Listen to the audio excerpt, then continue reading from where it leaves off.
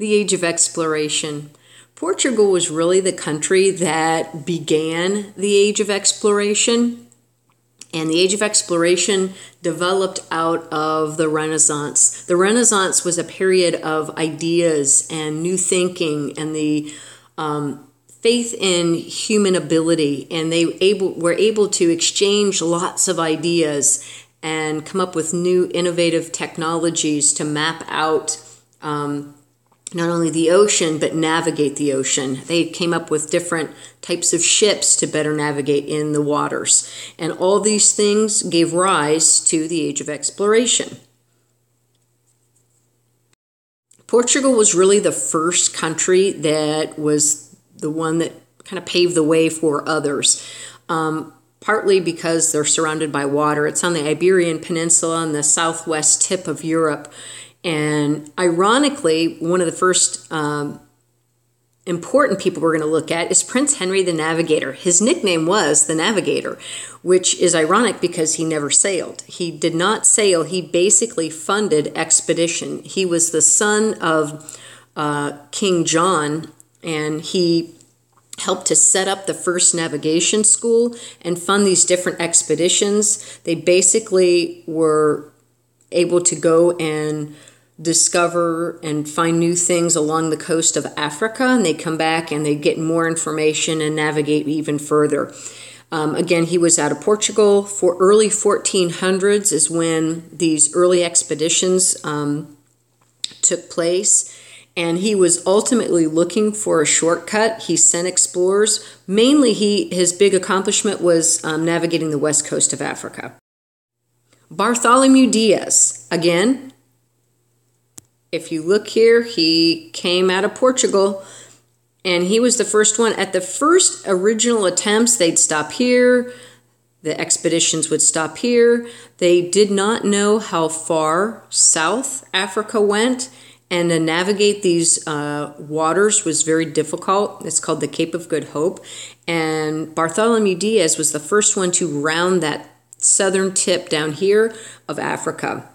1488, and he was seeking a shortcut to Asia, but he was instrumental in helping others achieve that goal, even though he didn't actually do it. Vasco da Gama, again from Portugal, and if you look here, he sailed around the southern tip and was the first one to actually arrived in Calcutta, India, and was the first one to lead an expedition all the way around to Asia. So he was the first one to discover the sea route to Asia. Had 4 ships, came back with only 2, lost about half of his crew to disease and starvation. And again, while it doesn't look like that long of a trip, it was very difficult to have those amount of supplies that they needed, and to not only make a round trip back. They traveled for 317 days, which seems like a very long time today, and around 13,000 miles to reach India.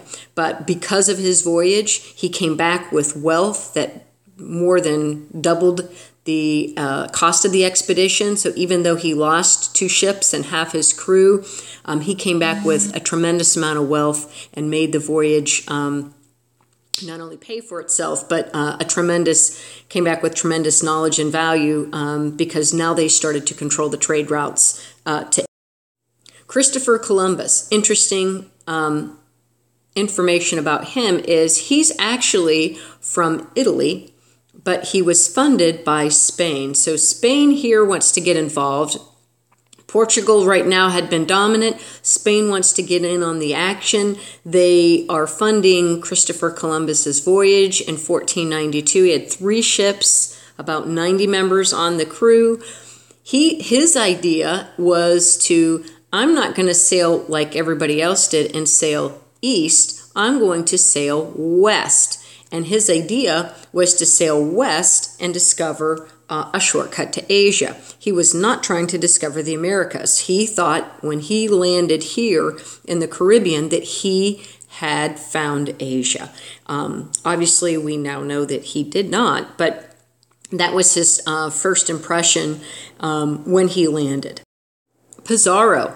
Pizarro was a Spanish conquistador, and a conquistador is a Spanish soldier. So he wasn't going for water routes as much as he was conquering of lands and empires in other countries.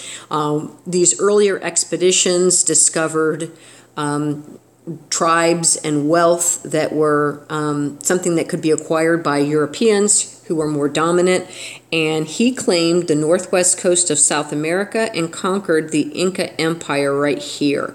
So the Incas were on the South American coast where Peru and Chile are, and he conquered the Inca Empire. So that's what you need to know about. Ferdinand Magellan was from Spain. Okay, 1519 was when he sailed, and he sailed from Spain and sailed all the way around the world. He was credited and is famous for sailing around the world, circumnavigating the globe, which means sailing around the world. He started with 5 ships and a crew of 280 in 1519, but only 1 ship made it back. He was actually killed in the Philippines over here, but because his expedition made it back, he was credited with circumnavigating the globe.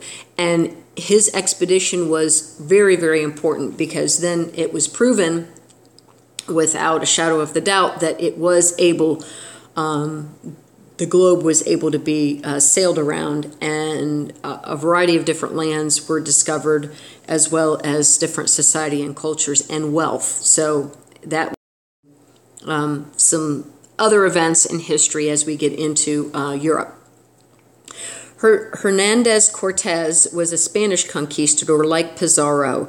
Again, that's a Spanish soldier. And in 1519, he conquered the Aztecs Empire in Mexico. So again, he wasn't looking so much for a water route as he was to come to conquer wealth and tribes and claim land if he could. So that was what he is noted for, and we'll get into him more when we're into Latin. John Cabot was from England.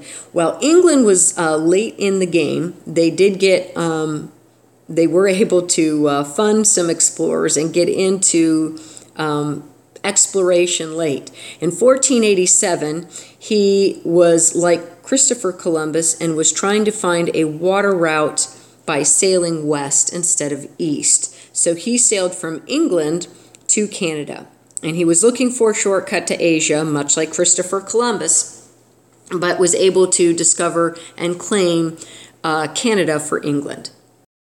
James Cook, he also sailed from England in the 1700s. So later in time, he really explored the Pacifics and all those islands with the Pacific. New Zealand, Australia, he was credited for discovering Hawaii, and we'll get into him a little bit more when we talk about Australia.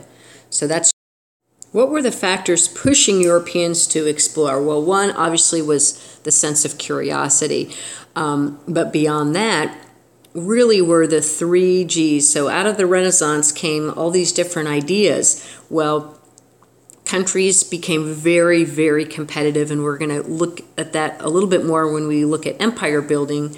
But countries became very wealthy with controlling these trade routes. The countries that can control the trade routes were the countries that became most wealthy. And it wasn't just about gold. It was about wealth, spices, silk, different items that would bring them wealth. So gold was obviously the first thing you think of, but it was all those different items, that raw materials that would bring a country wealth.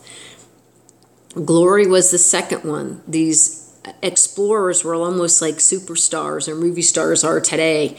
They got all of this fame and fortune lavished on them when they came back and claimed these lands for their country, and it was a big sense of nationalism for them. They came, they discovered new lands, they claimed it for the country that sent the expedition, and they got a lot of glory and fame for this. Countries wanted to be bigger and better than their rivals or their neighbors. So glory was a big part of European exploration.